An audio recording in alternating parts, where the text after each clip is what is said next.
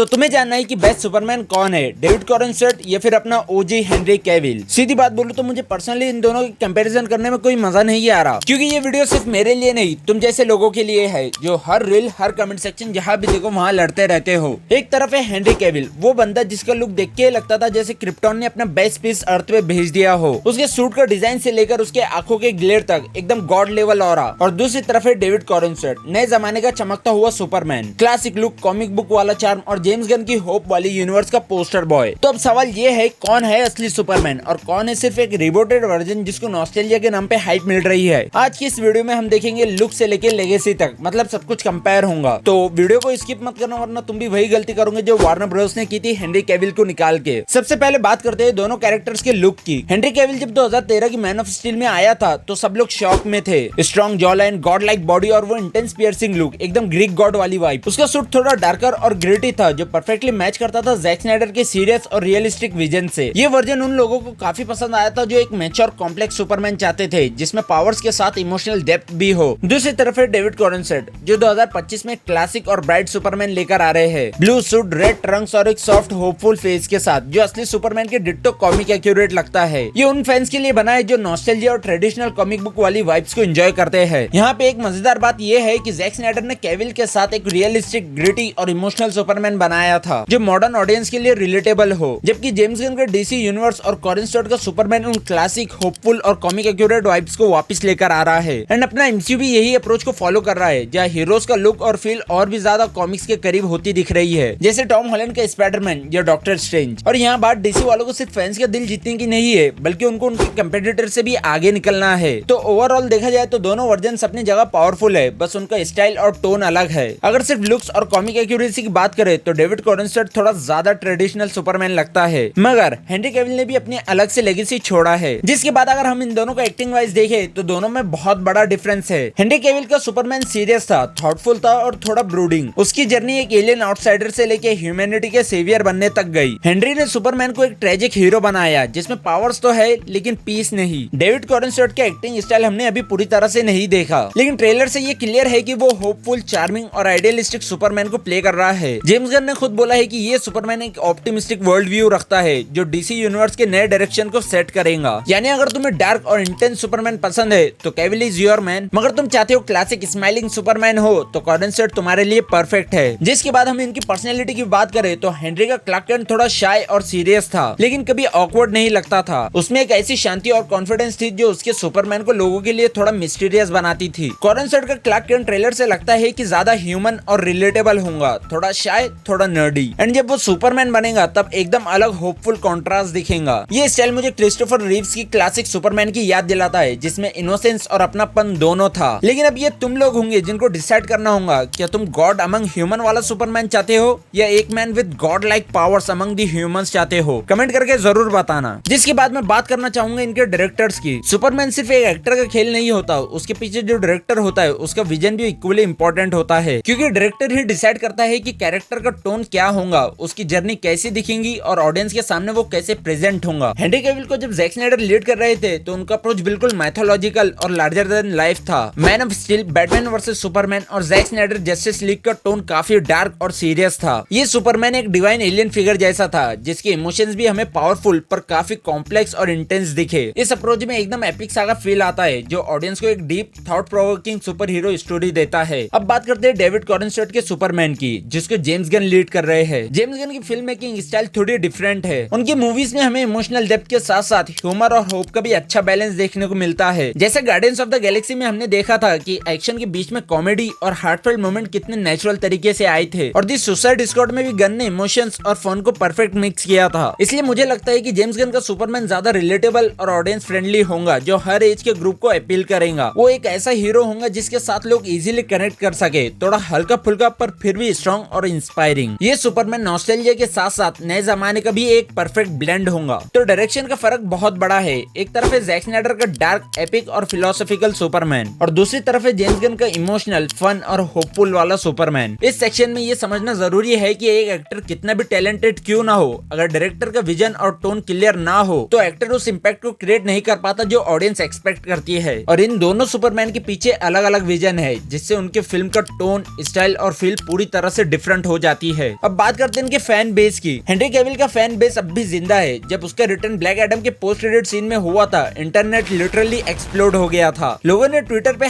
#BringBackCavill trend करा दिया था। डेविड कॉर्नसेट को लेके क्यूरियोसिटी हाई तो है, लेकिन थोड़ा प्रेशर भी है। उसको प्रूव करना होगा कि he was not just a replacement, मगर वो एक वर्दी न्यू सुपरमैन भी है। फ्यूचर की बात करें तो हेनरी कैविल का सुपरमैन आर्क एक तरह से अधूरा रह गया। मैन ऑफ स्टील से लेकर जैक स्नाइडर जस्टिस लीग तक उन्होंने एक मैथोलॉजिकल पावरफुल सुपरमैन को बिल्ड किया था, लेकिन उनकी जर्नी उस पीक तक नहीं पहुंच पाई जहां वो डिजर्व करते थे। ब्लैक एडम के पोस्ट क्रेडिट सीन में जब उनका कमबैक हुआ, तब फैंस में एक उम्मीद जगी थी। सब लोग सोच रहे थे कि कैविल इज बैक, लेकिन उसके कुछ दिनों बाद जेम्स गन ने अनाउंस किया कि डीसी यूनिवर्स पूरी तरह से रिबूट होने जा रहा है और एक न्यू सुपरमैन कास्ट किया जाएगा। एंड सबसे इमोशनल मोमेंट तब आया जब हेनरी कैविल ने अपने इंस्टाग्राम पोस्ट में ऑफिशियली अनाउंस किया कि वो अब सुपरमैन नहीं रहेंगे। ये एक साइलेंट फेयरवेल था, एक ऐसा एक्टर जो दुनिया के सबसे आइकॉनिक हीरो को प्राउडली प्ले कर चुका है। किस्मत का लिखा कोई बदल नहीं सकता, और कभी कभी एक हीरो को भी अपना केप छोड़ना पड़ता है ताकि नए जमाने के लिए जगह बन सके। अब बात करते हैं डेविड कॉर्नसेट के फ्यूचर की। डेविड का सुपरमैन सिर्फ एक मूवी का पार्ट नहीं है, वो जेम्स गन के पूरे नए डीसी यूनिवर्स का फाउंडेशन है। जेम्स गन ने खुद कंफर्म किया है कि उनका डीसीयू इंटरकनेक्टेड होगा, जिसमें नया बैटमैन, नए जस्टिस लीग और मल्टीफेस स्टोरी लाइन्स होंगी, बिल्कुल एमसीयू के जैसा।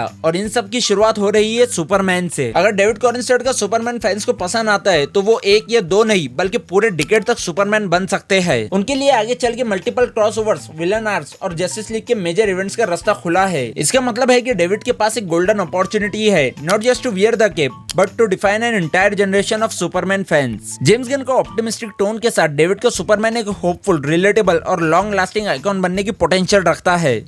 तो दोस्तों, ये था हमारा full breakdown David Corenswet versus Henry Cavill, कौन है बेटर सुपरमैन। और मैं ऑनेस्टली कहूँ तो दोनों अलग अलग विजन्स को रिप्रेजेंट करते हैं। एक तरफ है एपिक इंटेंस कैविल और दूसरी तरफ है होपफुल क्लासिक कॉर्नसेट। कमेंट करके जरूर बताना तुम्हारा फेवरेट सुपरमैन कौन है, और क्या तुम एक्साइटेड हो जेम्स गन के नए डीसी यूनिवर्स के लिए। अगर वीडियो पसंद आया हो तो लाइक ठोक दो एंड सब्सक्राइब कर दो क्लाइमेक्स पंच को। एंड मिलते हैं नेक्स्ट वीडियो में एक और पॉप कल्चर एक्सप्लोजन के साथ। Till then, bye bye.